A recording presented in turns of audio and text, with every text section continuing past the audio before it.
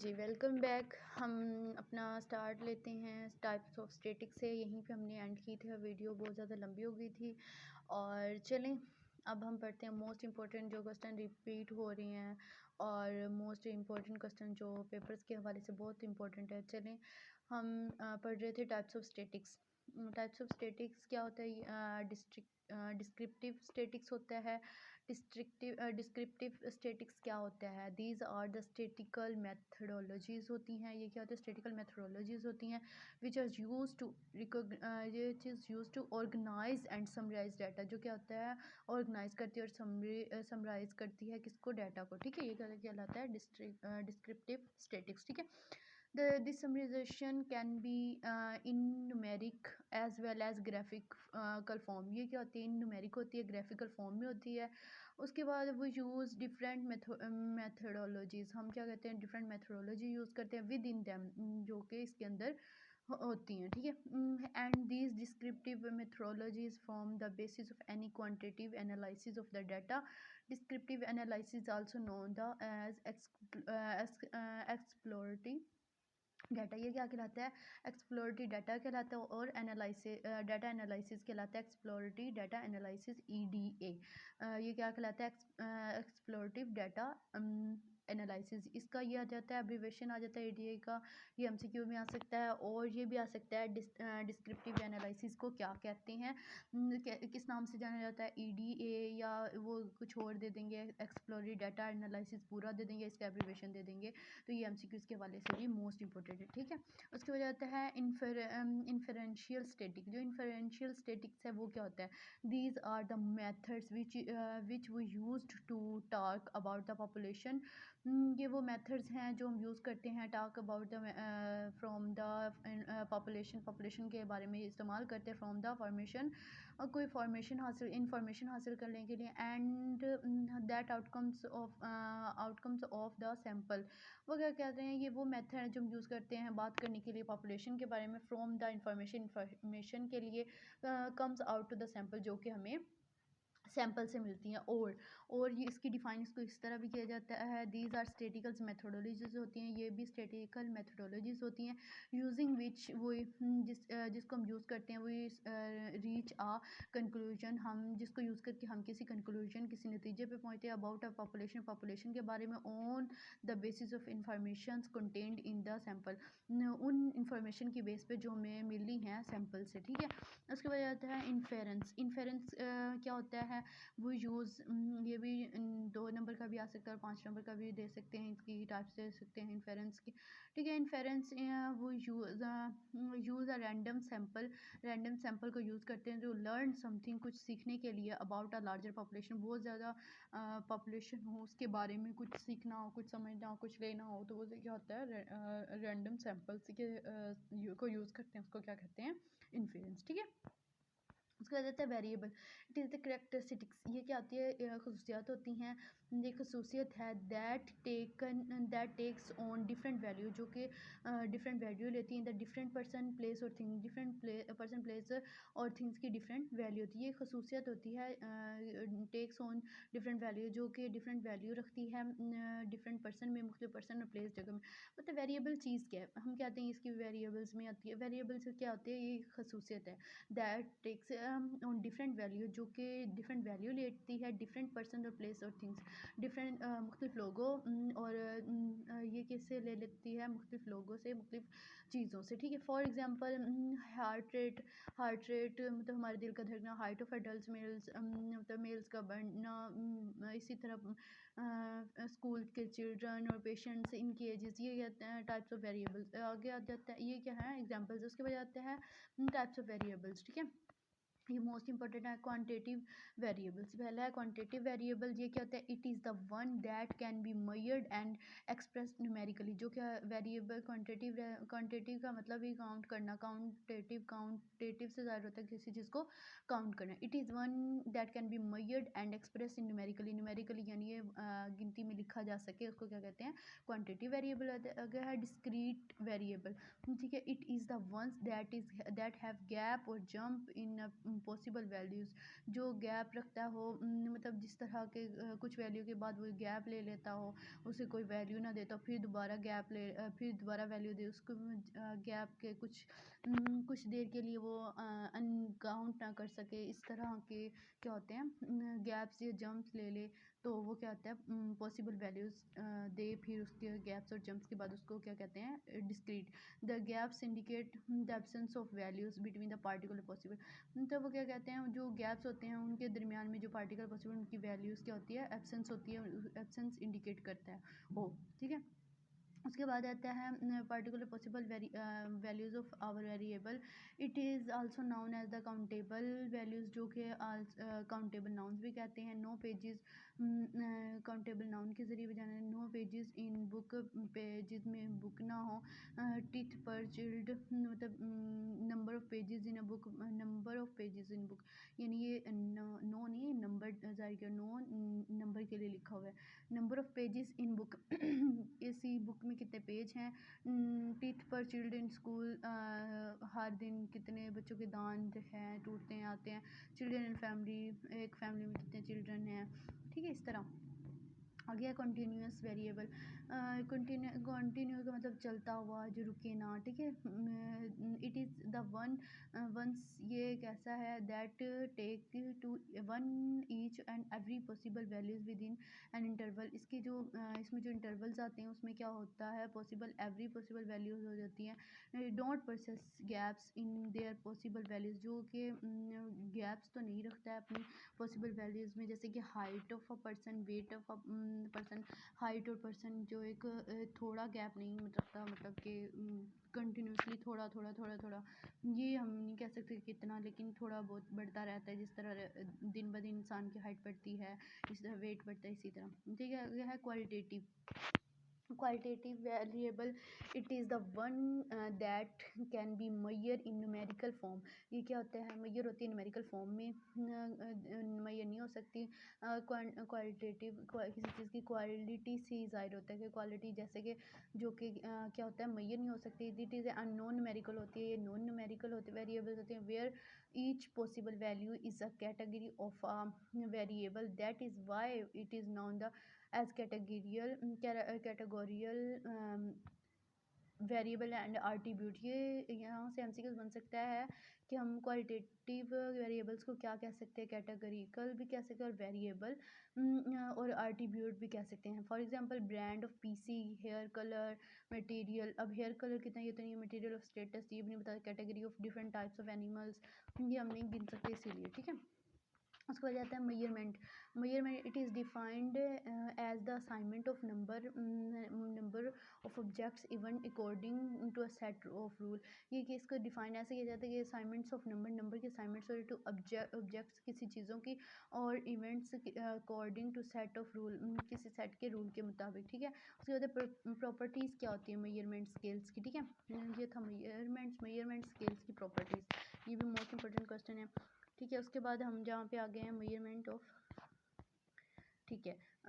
Each scale of measurement satisfies one or more of the following properties of measurement.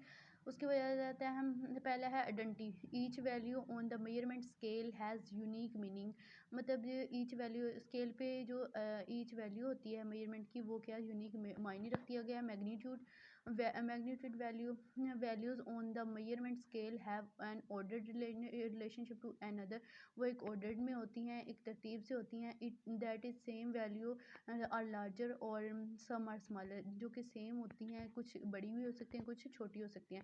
Equal interval, scale units along the scale are equal to one another, जो scales पे निशान लगे होते हैं वो क्या होते हैं इक्वल होते हैं। This is that mean for example that the difference between 1 and 2 would be equal to the difference between 19 and 20, मतलब एक और दो के दरमियान में जितना गैप होगा वो किसके इक्वल होगा 19 and 20, वो क्या होंगे इक्वल इंटरवल्स होंगे, ठीक है। उसके बाद आता है minimum value of zero. The scale has a true point zero, zero होता है उसका ट्रू पॉइंट होता है below which no value exist, उसके नीचे क्या होती है, कोई वैल्यू एग्जिस्ट नहीं कर सकती। ये इसकी क्या होती है, इसकी 4 टाइप्स हैं, प्रॉपर्टीज़ हैं मेजरमेंट ऑफ स्केल्स की। ये इंपॉर्टेंट है। पहला आइडेंटिटी है, उसकी शिनाख्त है। Each value measurement has unique meaning रखती है। उसके मैग्नीट्यूड क्या होता है कि भाई ये एक दूसरे के ऑर्डर्स में होती है, और रिलेशनशिप ऑर्डर रिलेशनशिप होता है, मतलब एक जैसा होता है। उसके बाद इक्वल इंटरवल्स होते हैं, उसके क्या होते हैं, इंटरवल्स इक्वल होते हैं। और मिनिमम वैल्यू ऑफ ज़ीरो, चौथी इसकी प्रॉपर्टी क्या है, जो कि इनकी जो मिनिमम वैल्यू क्या होती है, ज़ीरो होती है। उसके बाद टाइप्स ऑफ मेजरमेंट स्केल। अब पहले प्रॉपर्टीज़ पढ़ी थी, अब जो स्केल्स हैं उनकी टाइप्स क्या है। There are 4 types of scales. Nominal scale होता है, ऑर्डिनल होता है, इंटरवल रिलेशन होता है, ठीक है। अब पहला है लोकेशन पैरामीटर। ये इनके नाम ही लिखने होते हैं। रेशियो पहला नॉमिनल, ऑर्डिनल और इंटरवल होता है और रेशियो होता है। ये आपको इसके नाम ही आए हुए थे मोस्टली पेपर्स में, ठीक है। उसके बाद ये इतना इंपॉर्टेंट नहीं है, आप नाम याद कर लें बस। उसके बाद है location parameter. The mean and medians are the special cases of the family of the parameter known as the location parameter. जो मीन और मेडिशन है आर द स्पेशल केसेस, वो क्या आता है, special cases of the family of parameter की family के special cases हैं। Known as the location parameter, जो क्या क्या कहलाते हैं, लोकेशन पैरामीटर कहलाते हैं। मेजर ऑफ पोजीशन, उसके बाद आता है मेजर ऑफ पोजीशन। क्या होता है, measure of position or location other location parameter which helps to determine the position of particular observation in a data are called measure of position. मतलब क्या, other location parameter जो दूसरी location पर parameters होते हैं, विच हेल्प्स, जो कि help कर देते हैं to use the determine position, किसी पोजीशन की को ढूंढने में, डिटरमाइन करने में ऑफ अ पार्टिकुलर ऑब्जर्वेशन, किसी खास ऑब्जर्वेशन के ज़रिए इन डाटा पर और कॉल डाटा में ख़ास ऑब्जर्वेशन के ज़रिए डिटरमाइन कर देते हैं किसी पोजीशन को में हेल्प करते हैं। अदर लोकेशन पैरामीटर, दूसरी लोकेशन के जो पैरामीटर होते हैं जो हेल्प करते हैं डिटरमाइन पोजीशन की डिटरमाइन करो ऑफ अ पार्टिकुलर ऑब्जर्वेशन में इन अ डाटा के are called measurement of position. वो क्या कहलाते हैं, मेजर्स ऑफ पोजीशन कहलाते हैं, ठीक है। वो क्या कहते हैं, मेजर करते हैं पोजीशन को, ठीक है। उसके बाद आता है क्वांटल क्वांटल। इसके ये क्या होता है, these measures of position which these measure of position when help us to divide sample data into n equal parts, or divide the probability distribution into contiguous intervals with equal probabilities are called quantities क्या होता है, किसी चीज़ को काट के वो कह रहे हैं the measurement of the position की मेजर करना। व्हेन हेल्प अस, जो हमें मदद देती है, जब मदद है तो डिवाइड सैंपल को तकसीम करने में data into n equal parts, मतलब उसके जितने इक्वल पार्ट्स करने हैं। और डिवाइड द प्रोबेबिलिटी, जो कि डिवाइड करते हैं प्रोबेबिलिटी डिस्ट्रीब्यूशन पे इनटू कैटेगरीज, उसकी कैटेगरीज इंटरवल्स के मुताबिक विद इक्वल प्रोबेबिलिटी के साथ। ये क्या कहलाता है, क्वालिटीज़ कहलाता है। उसके बाद है क्वांटलीज। टाइप्स क्या होती है इसकी, क्वार्टल ये क्वार्टल क्या होता है, ये मोस्ट इंपॉर्टेंट है। ये तकरीबन एमसीक्यूज में भी पूछा गया है। In an array qualities are 3 cut point which divide into 4 equal part. मतलब इसके 3 क्वालिटीज़ के क्या होते हैं, क्वार्टल के 3 कट पॉइंट्स होते हैं विच divides the value into 4 equal part, जो कि डिवाइड होता है वैल्यू 4 इक्वल पार्ट पे। It is denoted by Q के। ये क्वार्टल किसके से डिनोट किया, क्यू के इज़ द सबस्ट्रिक्ट होता है, ठीक है। उसके बाद होता है डिसलाइन। डिसलाइन क्या होता है, it is an array the decile are 9 values cut. मतलब उसमें क्या था, क्वार्टल में क्या था, 3 वैल्यूज़ थी कट में, यहाँ पे 9 value cut point that divides into 10 equal part. ये था 3 कट थे और 4 पे डिवाइड हुआ था, और ये क्या था 9 वैल्यू और 10 पे डिवाइड हो, 10 इक्वल पार्ट पे डिवाइड हो, तो क्या it is denoted by D K decline, ठीक है। उसके बाद आता है percentile. Percentile it is an array to percentile are the 99 values cut point that divides. इसके क्या होते हैं, कट पॉइंट 99 होते हैं और डिवाइड्स कितने पे होते हैं, वैल्यू 100 पे डिवाइड कर इक्वल पार्ट्स पे डिवाइड करते हैं, तो it is denoted by P के। ठीक है, पहला क्या था, क्यू के था, क्वार्टल ये था 3/4 होता था, ये 9/10 होगा और ये क्या होगा 99/100। ठीक है, उसके बाद आता है ये इसके डिनोटेड भी पूछ सकते हैं पी के, ये परसेंटाइल को और ये डिसाइल को, मतलब सारे पूछ सकते हैं ये किससे ज़ाहिर होता है। ठीक है, उसके बाद है रैंडम सैम्पल और प्रोबेबिलिटी सैम्पल, प्रोबेबिलिटी सैम्पल। फिर ठीक है, वो पूछते हैं रैंडम और प्रोबेबिलिटी सैम्पल जो है वो क्या होते हैं। द सिलेक्शन ऑफ यूनिट्स की सिलेक्शन इन द सैम्पल में यूनिट्स की selection from the population is governed by a law of chance probability. The probability of selection of a unit can equal as well as unequal. मतलब कि जो selection होती है units की sample of population के sample से government की तरफ से बाय लॉ, मतलब कानून के ज़रिए, चांस मतलब कानून के मौक़ों में, और प्रोबेबिलिटी कानून के ज़रिए जो हमें जो सिलेक्शन होती है वो the probability of the selection of unit can be equal. जो प्रोबेबिलिटी होती है सिलेक्शन की वो उसकी जो यूनिट होते हैं वो कैन बी इक्वल भी होते हैं एज वेल एज अनइक्वल और जैसे होते हैं वैसे ही इक्वल भी होते हैं। ठीक है, नॉन रैंडम सैम्पल इसमें इक्वल होते हैं और इसमें नॉन रैंडम सैम्पल और purposive sample. The selection of units in the sample from the population, मतलब कि सिलेक्शन होना यूनिट्स की इन द सैम्पल में population is not governed by probability law. वो क्या होते हैं, प्रोबेबिलिटी के लॉ के इक्वल नहीं होते।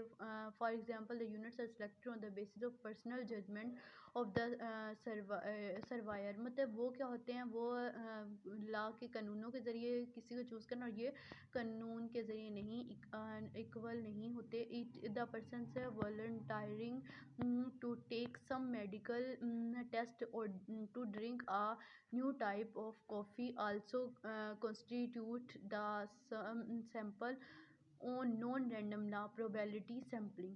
ठीक है, the sampling technique uses randomization to take sure the every element of the population gets an equal chance to be part of selected sample. It is alternately known as random sampling, which such sampling techniques can be classified in following way। ठीक है, आगे probability sampling, ये sampling की technique होती है use the रैंडमनाइजेशन। ये किसको, रैंडमनाइजेशन को यूज़ करती है टू मेक श्योर, उसको यकीनन बनाने के लिए दैट एवरी एलिमेंट्स के लिए, टू पॉपुलेशन के एवरी एलिमेंट्स के to gets an equal chance, जो कि हासिल कर सके equal chance to be part the selected sample, कि वो पार्ट बन सके सिलेक्टेड सैम्पल के। ठीक है, इसके बाद it is alternative known as random sampling. ये क्या होता है, ये अल्टरनेटिव अल्टरनेटिवली जाना जाता है रैंडम सैम्पलिंग के ज़रिए भी ये जाना जाता है। ठीक है, such sampling techniques can be classified following way. मतलब जो कुछ टेक्निक्स है वो इस तरह से मतलब कि क्लासिफाइड की गई हैं। पहला है सैम्पल रैंडम सैम्पलिंग, दूसरा है स्ट्रैटिफाइड सैम्पल, तीसरा सिस्टमेटिक सैम्पलिंग, क्लस्टर सैम्पलिंग और मल्टी स्टेज सैम्पलिंग। ठीक है, पहला है सिंपल रैंडम सैम्पलिंग। ठीक है, मतलब वो कह रहे हैं सिंपल रैंडम सैम्पलिंग क्या होती है, every element has an equal chance of getting selected to be a part sample. मतलब वो क्या होते हैं, मतलब कि हर एलिमेंट को इक्वल चांस होना चाहिए कि वो सैम्पल का हिस्सा बन सके, सिलेक्ट हो सके। It is used when do not have any kind of barrier information to target पर। ये इसमें कोई प्राइवेट ना हो किसी की, मतलब वो ना हो कि भाई टारगेट ना हो। ठीक है, उसके बाद for example random selection of 20 student from the 50 class from the 50। For example random selection करनी है 20 स्टूडेंट्स की from the class of 50 student, एक क्लास में 50 स्टूडेंट है, उसमें से 20 की सिलेक्शन करनी है। Each student has equal chance to getting select, तो हर स्टूडेंट को इक्वल चांस दिया जाएगा सिलेक्ट होने का। Here probability of selection is 1/50। यहाँ पे प्रोबेबिलिटी क्या होगी, 1/50 होगी। ठीक है, उसके बाद आती है स्ट्रेटिफाइड सैम्पलिंग। ठीक है, the techniques divides the elements of the population into small सब ग्रुप्स। मतलब क्या होता है, वो टेक्निक जो डिवाइड करती है द एलिमेंट्स को of the population, elements of population को टू स्मॉल सब ग्रुप में based on the similarity in which the way that the elements with in the group are homogeneous and heterogeneous. मतलब ये क्या होते हैं, जो techniques होती है, give the elements to the population into small subgroups पे तकसीम करती है बेस्ड ऑन द सिमिलरिटीज़ के बेस पे, way the elements with in the groups are homogeneous और हिट्रोजीनियस। मतलब ग्रुप्स बना देते हैं होमोजीनियस और हिट्रोजीनियस के।